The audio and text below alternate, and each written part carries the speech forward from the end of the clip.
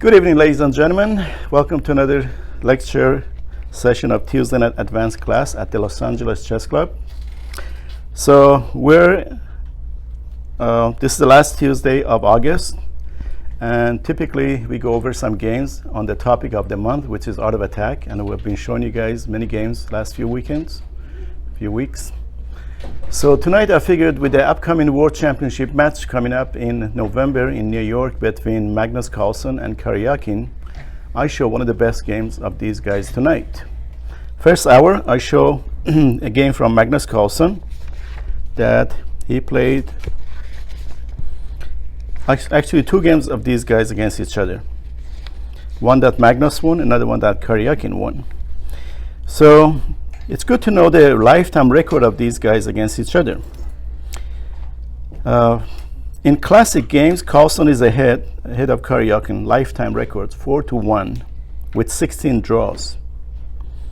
On rapid and blitz games,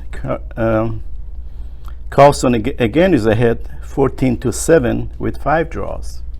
So as you see, Carlsen is the favorite by 2-1 based on lifetime records. But last 5 times these guys have played, the score is even. So it's really last 2-3 years that matters, not so much what happened 10 years ago between these two guys. These two guys are both very great prodigies. Sergei Karjakin changed his federation from Ukraine to Russian. He became Russian in 2009. And he still holds the world record of youngest grandmaster at the age of 12 years and 9 months, and it has not been broken. He's very talented. Pretty much all the good moves that Carlsen can find in a chess game, Karjakin can find. It's just take him a little bit longer. So the match would be very interesting to see what's going to happen in November. We're looking forward to this. So the first game that I want to show you guys is one between Carlsen against Karjakin, which happened to be the last game that these guys played against each other. And this was in this year, 2016, in a tournament called Bilbao. So Carlsen is white. He opens with e4. He always does, according to Fischer, best by test. And Karjakin, of course, is a Sicilian player. When Carlsen is black against e4, invariably he plays e5. And he is Emanuel Lasker, second world champion. He said against e4, either e5 or c5 are the best choices. Both are perfectly good. Karjakin is Sicilian player, so e4, c5, knight f3, d6, and the expected move here is d4, right? And that's an open Sicilian. However, Carlsen, for whatever reason, he can pretty much play any opening, and he feels very comfortable because he's been on the chess scene for many years and he knows how to handle many positions. He plays c3. Anybody knows the name of this opening? This is the Ponziani. Ponziani opening, right. It's very tricky. Black really has to be careful in this line how to play. So maybe he was trying to catch Karjakin by surprise, because at the international level, you don't see this move very often at all. I don't remember who played this last time. So in the opening, every time you're not sure what to do, develop a piece. Chances are you're not going to go wrong. Knight f6, attacking the immediately undefended pawn. Not that the pawn is takeable, because queen a4 can pick up the knight. So that check is always could be troubling. So knight f6, bishop e2. White knows black cannot take the pawn, so he develops the bishop, getting ready to castle. Black played g6. This is an interesting choice. There are a lot of choices for black at this point. e6 is perfectly playable. e5 is playable. All these lines are perfectly good. So Karjakin decided to give it a Sicilian dragon formation. As you know, in Sicilian lines, if black opts for g6 and bishop g7, it's called Sicilian dragon. Anybody knows why it's called dragon? I think Soldi raised his hand first. It kind of looks like a dragon. This pawn formation, look at the shape of these pawns. It's like a snake with the head and the tail. This looks like a dragon or a snake. Also look like there are some stars in the space. They're called dragon constellation. They look just like this also, the pawn formation. So interesting, white castles. And black played bishop g7. And white played bishop b5. Check. So may make you wonder, if white wanted to check black on b5, why didn't he go there in the first place? He played bishop e2 first and then played bishop e5. There's a little subtlety there. In this position, black, of course, could play bishop d7, knight d7, or knight c6. All those are perfectly playable. Maybe white was hoping that black played a different variation. And when black didn't, he just now transposed into the main lines of this bishop b5, which in Sicilian is called Rossolimo variation, named after Rossolimo, who played this quite often. So on bishop b5, black just played knight c6, and white played d4. So we are back to the main lines, since white played d4 finally. Again, there are some tricky positions here. For example, knight takes pawn. Is this playable right now for black? It's risky with that half open. Can black play knight takes e4? He can, but is it good? Should he play knight takes e4? Probably not. I would castle first, then do it. Right. It's not such a good move. Knight takes here. White has several ways to refute it. One of them is d5 immediately on the knight. Black's only move is a6. And white wins a piece by playing. He has several options. Queen a4 is one. Bishop takes, pawn takes. Queen a4 is another. Hitting the knight and the c6. Bishop where? Bishop d3. On knight takes pawn, bishop d3? No, on d5 a6. On d5 a6? Yes. Yeah, bishop d3, very good. That wins a piece. So knight takes pawn is not playable. On d4, black played. It is, but it isn't any good. No, it's different. When it's not playable, that means not good. When you say, can he actually make it? You say, yes, he can. Okay, black played queen b6 and hitting this bishop. White played bishop a4. Okay, is knight takes e4 playable now? Yes. Not playable. It's possible to play, but it's not good because of d5, right? And black loses a piece. Well, you can play queen a6, right? At what point? After knight e4, d5. Again, queen a6 fails to bishop c2, and both knights are under attack. So still not takeable. So black played c takes d4, white plays c takes d4, and black castled. It's usually a good idea to castle by move 10. You save yourself a lot of headache by castling as soon as possible in the openings. And you invariably see this at the top level games, unless there is an exceptional situation where castling may not be best. So in that, like French defense, king is actually safer in the middle of the board for a while. Which king?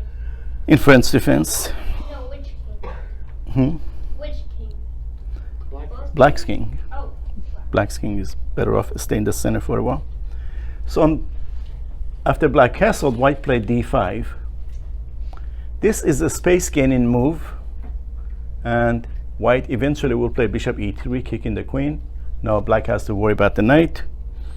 And of course, if black plays knight e5, is not a good move. White will trade, and we have a fianchetto bishop on the king's side, hemmed in with this pawn, and that bishop has no scope on the queen's side of the board.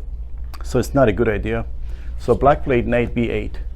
Since the nature of the position is semi-closed, it's okay to lose the tempo and put your pieces in good squares to go back and, restart. It's white to play, knight c3. As you see, black developed his knights in the most ideal squares, c6 and f6, and of course, white did the same. These are the best squares for the knights to get developed because with both knights on c3 and f3, they'll control all four central squares. So makes perfect sense to go there. Black to play bishop g4. Black is a little bit cramped, as you see, so he needs some breathing room. So bishop g4, possibly with trading it with this knight. And even though black gives up the two bishop advantage, gives white a bishop pair advantage. He comes out of his cramp position. So Carlsen, since this is a fianchetto bishop on this side, h3, black doesn't have the option of bishop h5. He has to either take or retreat. So black took and white took. Okay. We have made exactly 12 moves. And according to Botvinnik, around this time, white should come up with a plan. Botvinnik recommends that between the moves 10 to 14, 12, 14, right after the opening, you should come up with a plan. And in order to come up with a good plan, you have to assess the position correctly. So how would you guys assess this position based on everything you know so far? You guys know the factors of assessing a position? Material. Number one, the most important one, the space. Number two, Time? No. time, usually Maybe not a box factor. development? We already finished with opening, so this is early mid game. King safety. King safety is right, one of them. What else? Pawn structure. Pawn structure. And the last but not least, Ability to create combinations. activity. Yes. So, guys, don't feel too bad. Mitch has been hearing this for 14 years, so this may be first I or just second. found it yesterday. Okay.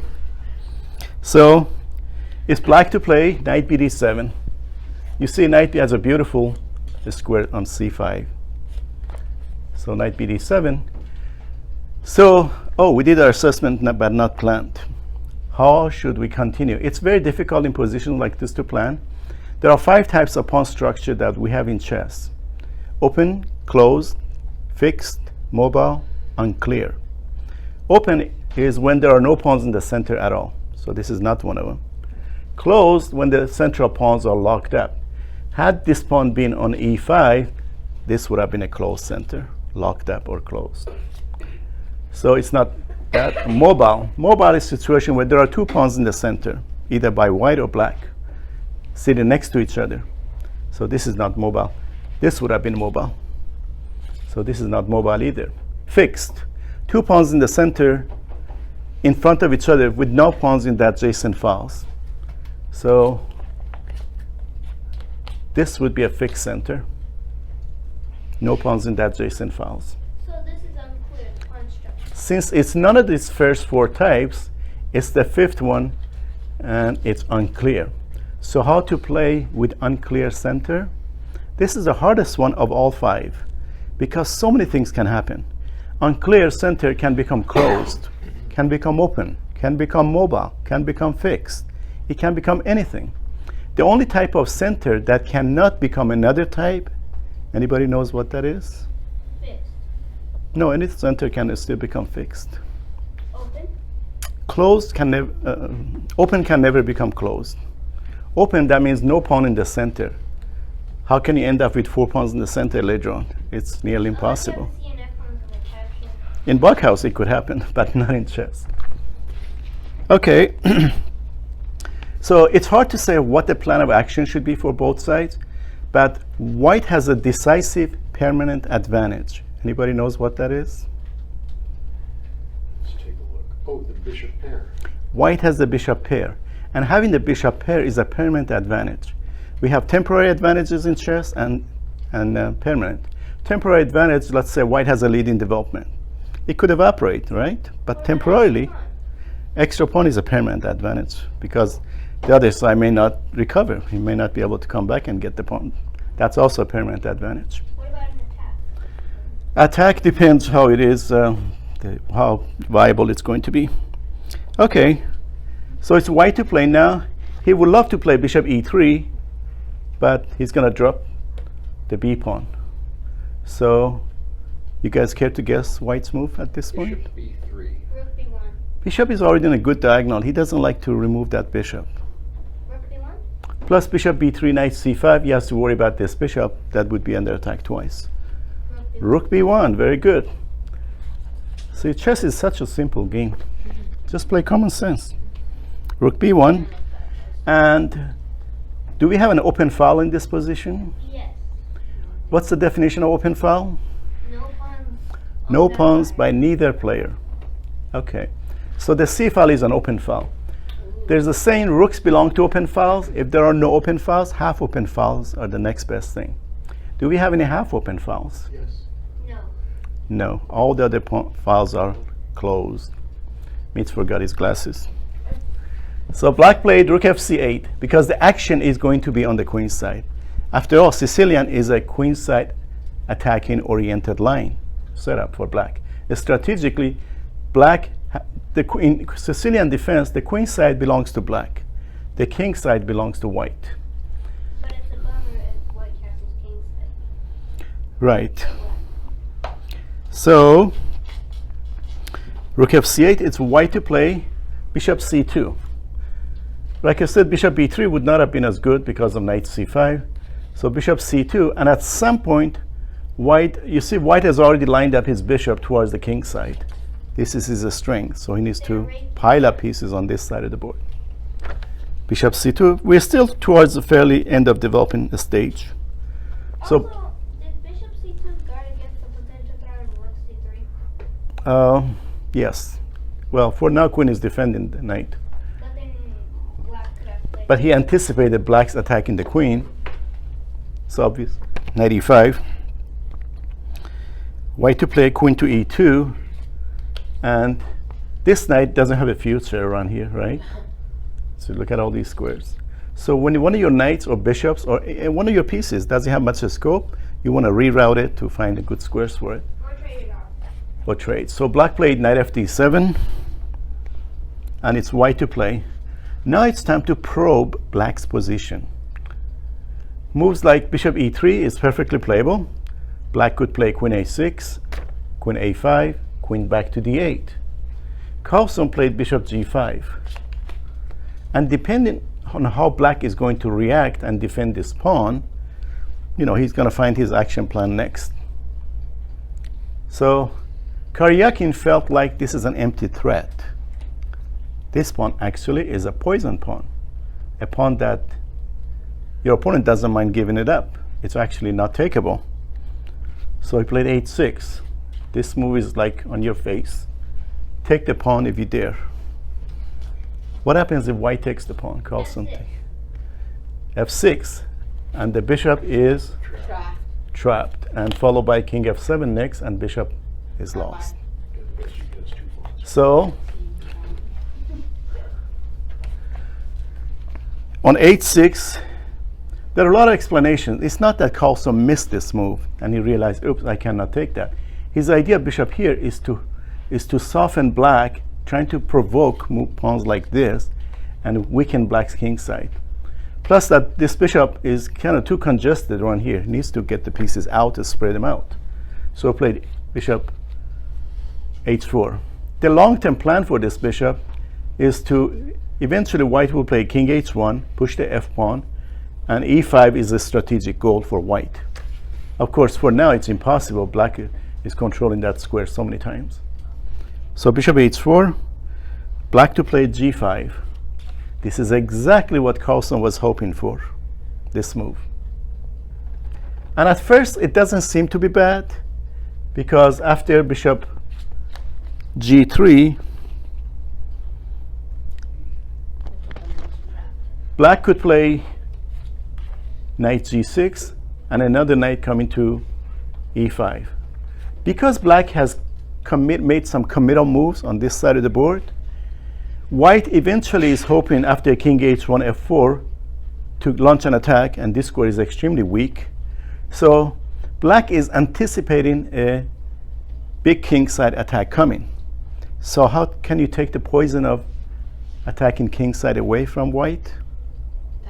The absolute best way to take the biggest poison away from your opponent when he's about to launch an attack? Trade all the pieces off. Or move the king. Of all the pieces, which one is most important to trade? The queen. The queen. Very good.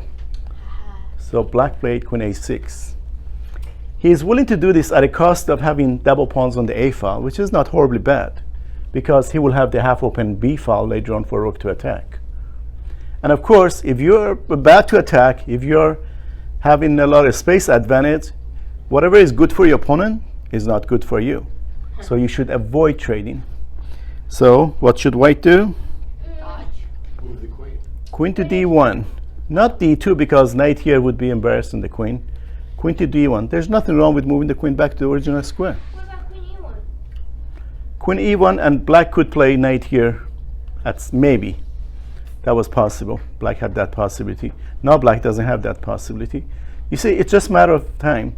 Sometimes if you have a hard time planning, assume you could make 10 moves in a row. How would you plan?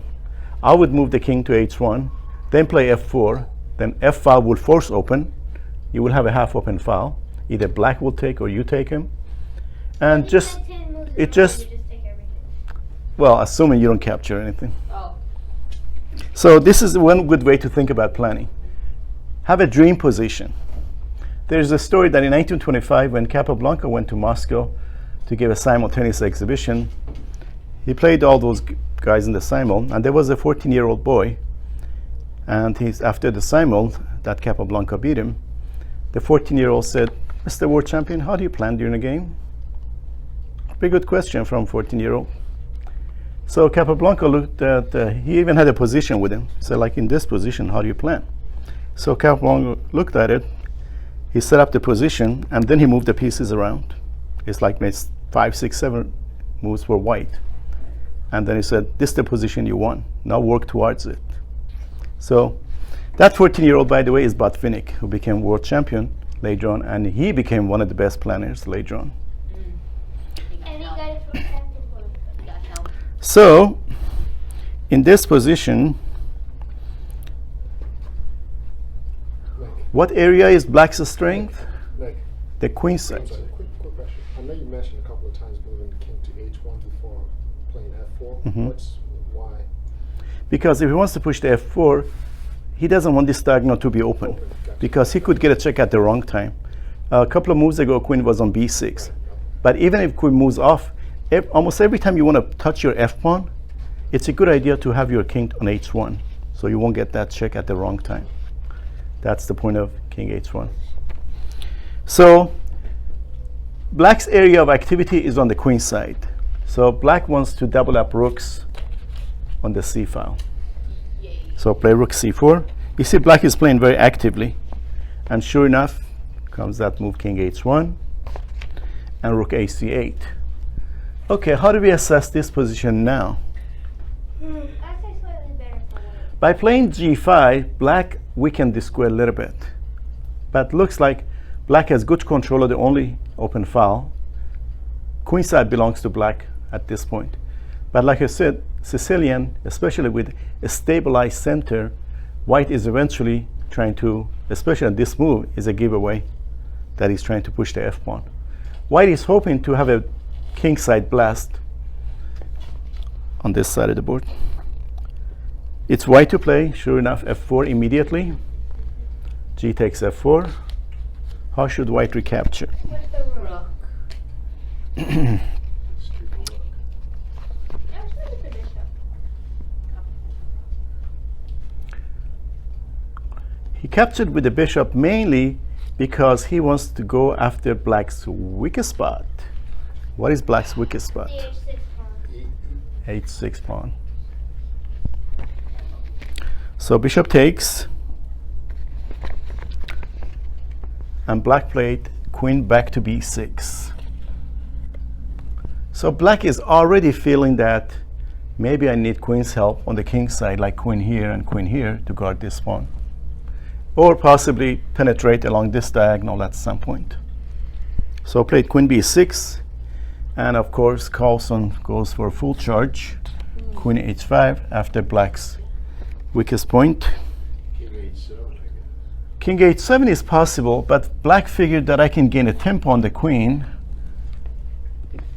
Knight f6. That's also good. He's hoping that white will play queen h4, then he goes knight g6 and force trade this knight with the bishop. Of course, white has to be careful, not here because of knight h5, and then knight takes.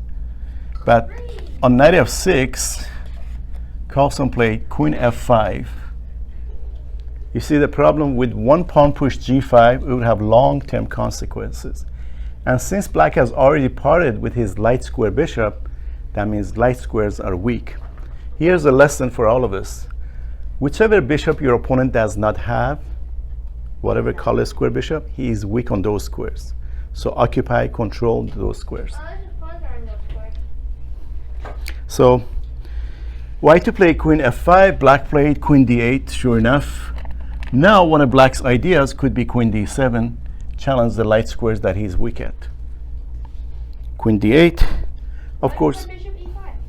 Yeah, really. Thinking you could win a pawn. Actually, he doesn't win a pawn. Bishop e5, pawn takes, queen takes, and there's a tactical refutation. Oh, 94. Knight e4, and exposing the queen to the bishop, and e4 is guarded with that pawn. But can't you at least double? If you have a long-term plan, you should not be thinking so much about winning a pawn down the road. It's going to spoil your plans. So now white played bishop b3, because this rook almost has nowhere to go. But black played rook d4.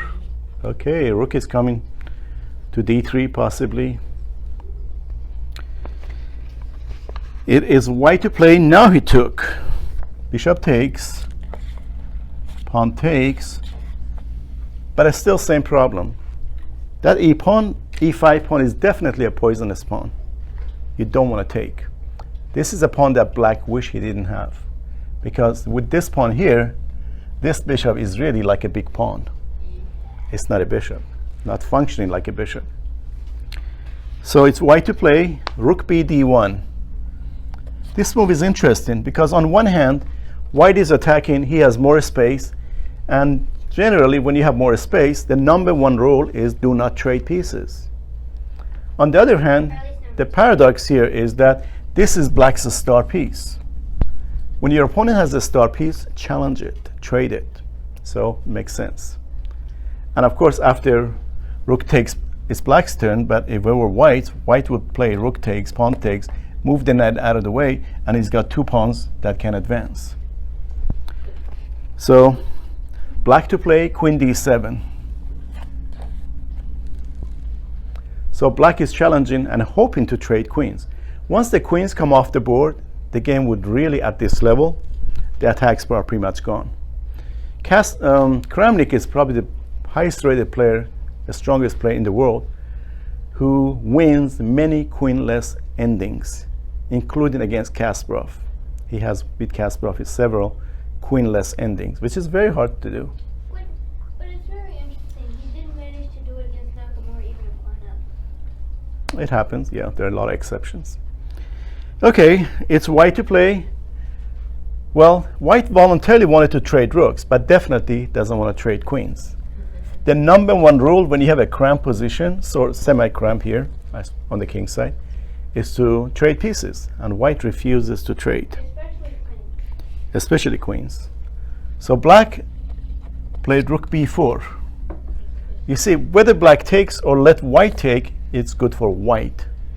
Because if black takes, well, rook will come to this file, eventually will go back here, and black is deprived of his star piece. And if he let white take, rook takes, pawn takes, then this pawn push is a threat anytime later on. So black refused to go back. He figured he can move the rook to b6 and rook can swing to the king side. That's what he's hoping to do. And the rook would be very actively posted there. It's white to play rook d2. This move is called rook left. We use the expression rook left for this. The idea behind this is twofold. Either the rook is planning to come to the f file, double up on this file, or bring this rook to the d file, which makes no sense in this case because he's got a pawn there, unless he wants to push the pawn.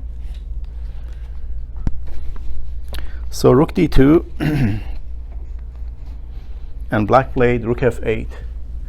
Black is anticipating moving this knight out of the way eventually, possibly rerouting it to e6, to e8 and d6, which looks like an ideal square, and it maybe even pushing the f pawn.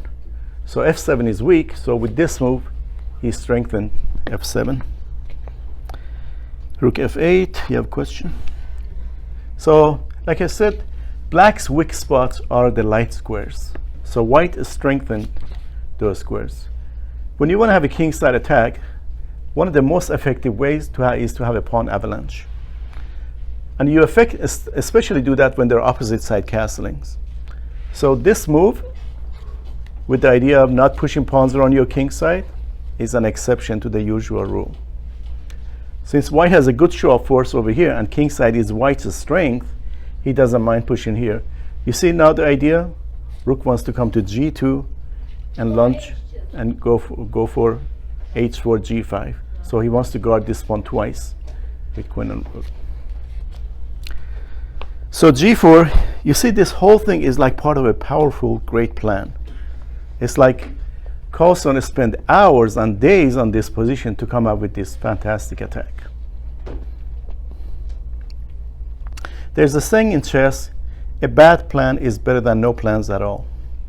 Why do you think a bad plan is better than no plans at all? You can learn from that. You can learn from a bad plan, right? You correct it, you do it next time, you do it over and over, and it becomes eventually powerful. But if you don't plan, when are you ever going to do planning? You just move your pieces around aimlessly. A bad plan, at least, maybe you have some. Okay, so notwithstanding Trey's comments, just kidding. Black played a5. That's black's about the only counter attack on this side, right? He's about to play a4 and get a knight and a bishop for a rook and a pawn, which is roughly equally material. So this is really not a big threat. Plus that worst comes to worst, on a4 he can always move the bishop to d1, for example. So black But the only problem with that is that only white's heavy pieces are participating in the attack, and the minors aren't. So I don't see why you would trade black's star piece for two minors that really aren't doing anything. black just doesn't have much in this position.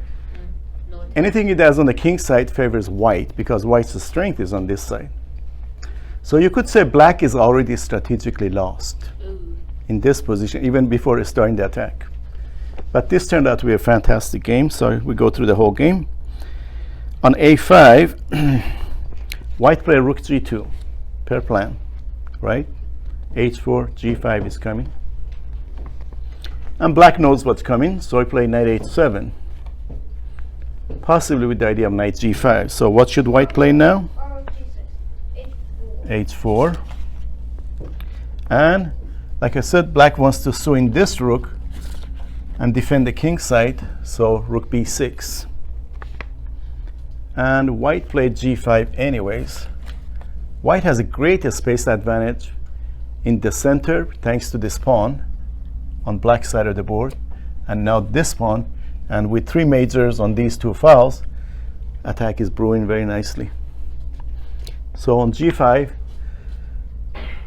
so black's king is in the same file as white's rook. That is always a red flag. So black played king h8, makes sense, right? or a red cross, depending on what you look. And now white played rook f g1. Yes, this is the oops moment. So what is white's threat? I guess pawn takes pawn. He has multiple threats. One is, of course, you got to watch out. If your queen goes too far away, there's always a check possibility here. One idea is pawn takes, bishop takes, queen takes f7. You see, rook is overloaded. It's guarding this square and it's guarding this square. But then queen h3 would win for black actually, because after rook h2, queen h2, king h2, And rook takes. Very good. and So- black is a rook up. Right. So white has to be careful about this check here by black. So maybe at some point white will play king h2 before thinking of getting the queen off this area or controlling this square. So rook f g1 is black to play. If black just plays like this and it just play passively, try to defend, chances are things are going to fall apart. So black played f5. Why not rook g6? Rook g6 is not as good. He probably will take anyway. Plus that white can always redeploy this knight if necessary to bring it to the king side. So that's another possibility. So black played f5, and that has all the hallmarks of a good move. Because if white captures, white's on it twice, black is defending it twice, pawn takes, queen takes, and pretty much white's attack is gone. And if he takes with this pawn, black would capture which way? With the With B the rook. B rook, yeah. Double up the rook. Right. And b rook and attacking the queen. So what should white do? Ignore it. Queen G3. Very good. Ignoring is the right idea, because neither capture favors white. So pin is a powerful major tactical theme in chess. The pin is mightier than the sword. Queen h3. You see, black's f pawn is immobilized already. No. Why not Queen G3 with the threat GH6? Because F4 maybe. On queen g3, what would black do? Take. Push the pawn. Yeah, he F4. pushes the pawn, and what do you do now? That's a beautiful passer. Hope. So one of the rules is when your king is about to come under attack, lock things up with the pawns. So that relieves the attack.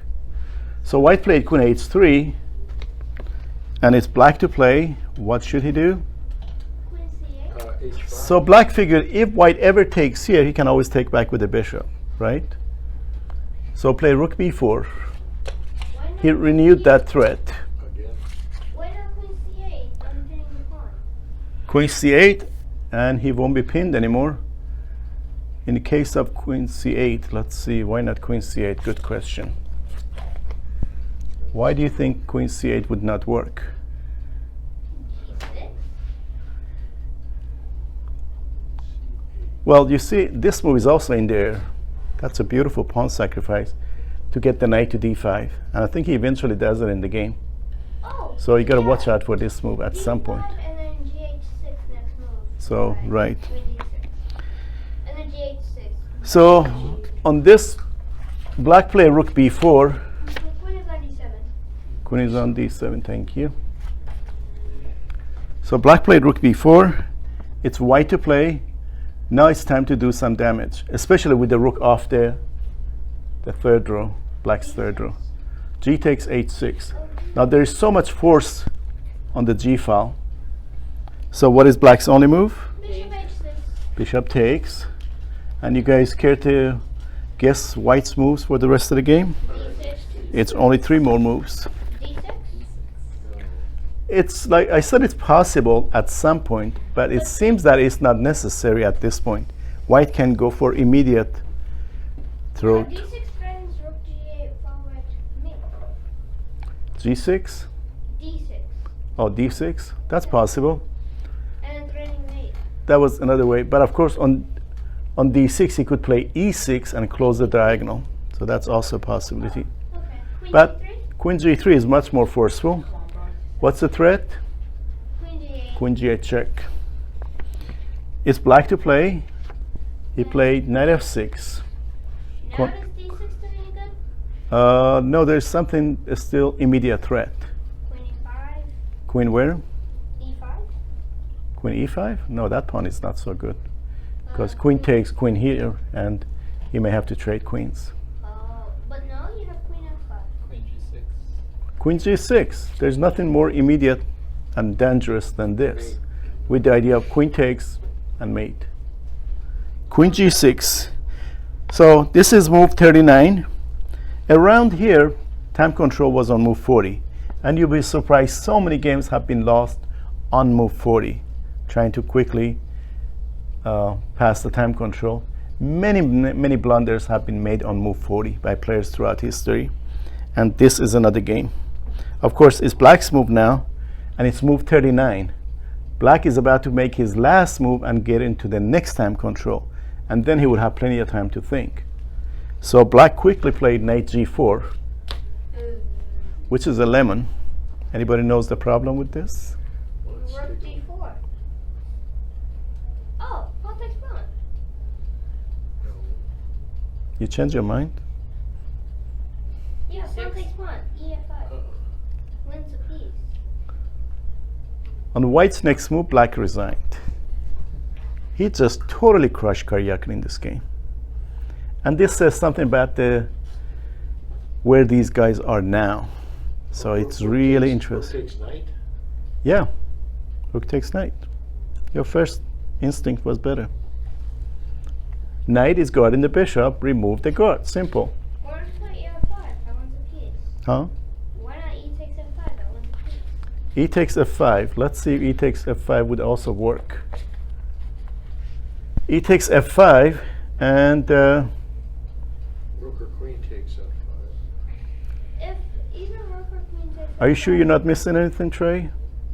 Did you consider knight check with possibility of rook check? It's not that easy. But that doesn't do anything. No, because You rook sure? takes knight and then rook blocks the check. Okay. So in this position, what if I'm black, I'll play queen takes F5. What would you do? I would take. Take bishop. No, I would take the rook. Wait, hold on. I Well, wait a realized minute. I mean, take the knight with Could the. you? Be careful. Would that be a checkmate if you sack the queen for the bishop? No, because No. the knight covers G8. Well, I would play queen D4. Well, one simple way is trade queens and win the knight, Right. right? So that probably would have won too. But it's not as fast. But let's see if black has anything better. Had white played pawn takes pawn. Rook E8, maybe? Obvious rook takes is better, and it wins this piece next, followed by check and capture this So also. put the pawn back at F5, the black pawn. So had white captured pawn takes F5, Yes. let's see black has a better counterattacking line. For example, what if black plays rook G8? It's this kind of Sushin zugs that you want to be really careful about. But you can still play queen H5. Right. He plays queen H5, and whose move is it now? Black. Black. Protect. Could he take F5 with the queen? No. You'll see he might be able to force trade queens with queen E8. But doesn't Oh yeah. I agree. but doesn't queen takes E8 win a piece? Right. Well, white already, right, it wins a piece. Queen takes, rook takes, pick up this knight. So either way, white wins the knight. Yeah. In the game, that would have won too. In the game, after rook takes G4, this is much more decisive. And black resigned here. Why didn't black play bishop E3? When? Is bishop E3 any better When? than Right knight now? G4? Bishop E3 now doesn't work because of No, after. queen check. No, before knight G4. Oh, bishop knight G4? Let's see. In this position, bishop here. Yes. Okay. There's a little problem here called Yeah. checkmate. Check me. So Wait, bishop, knight G4. Oh, knight G8. That's what Karjakin should have done then. you should have done knight G8. Yeah. Would this have worked, knight G8? Let's see. Because those are black's only moves. Okay. Now white has a double exclam. D6. D6, Yeah. opening the diagonal. So in that case, after Rook takes bishop. With bishop takes next. so in that case, after queen G6, black was lost. Actually, black was lost earlier. Remember I said attack is brewing? A good strategic player like Carlsen, he knew that it was just a matter of time to soften the position and penetrate with his majors. Black could have resigned. And look at these three majors lined up on the Would G you say file. that the pawn to G5 move by Karjakin? That was a weakened the- start. Yeah. Right. Weakened the whole king side. Right. I think black underestimated the power of bishop G5 move. At first, it looks like a very non-threatening move. He threatened this pawn, which was not takeable. And after H6, bishop H4, he should have just left it there, and Karjakin made this committal G5 moves. So be careful. When you push a pawn around the king 2 squares, it weakens the squares that it used to control, or it could have controlled. So this was the last decisive game that happened this year between these two guys. Hope you enjoyed it. We come back in the second hour by another nice game that Karjakin won.